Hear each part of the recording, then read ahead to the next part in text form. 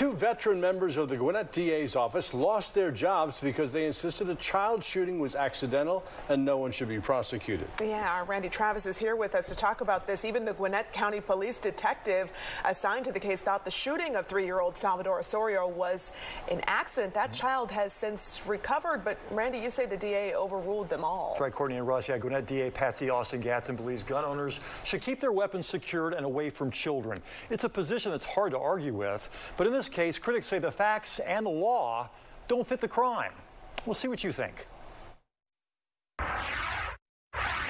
Where is it? Under the bed? January 2023. A new year begins just like the old one. Which bed was he under? A child finds a gun. It's my neighbor. They told me that because they have a gun, and I think that a little kid grabbed it and shot himself. Gwinnett police say a 3-year-old playing hide-and-go-seek found an AR-15 under his parents' bed. One shot tore through the boy's abdomen, stomach, and leg. I got AR, a shotgun, and an AK over here. According to police reports, the father, Adrian Osorio, said he kept his weapons under the bed unloaded, which investigators confirmed. But somehow this AR-15 hybrid still had one round. 26 states have laws requiring gun owners lock up their weapons and keep them out of the hands of curious children. Georgia, though, is not on that list.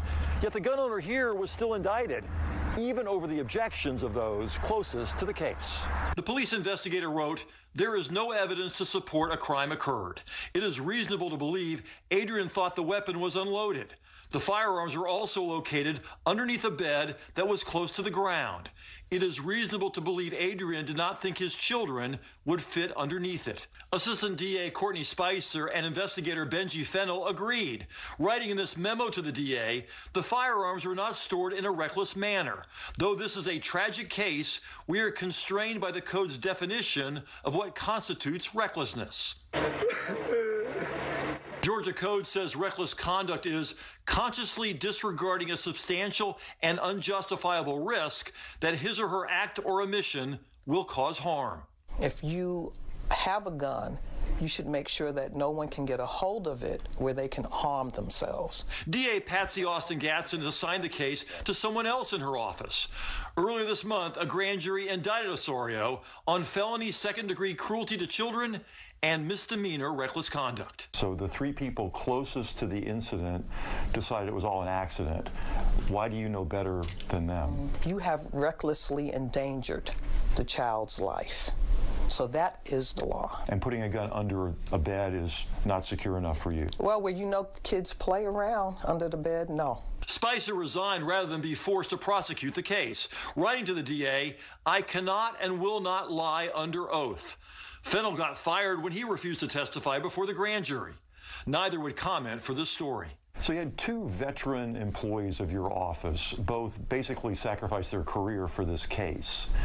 What are we supposed to make of that? These 2 individuals that have decided to stand on this case when a child has been injured and could have been killed is unfortunate. But the DA's decision is also unfortunate for the family still haunted by how close they came to tragedy. It brings a toll to our family because we had already been through everything.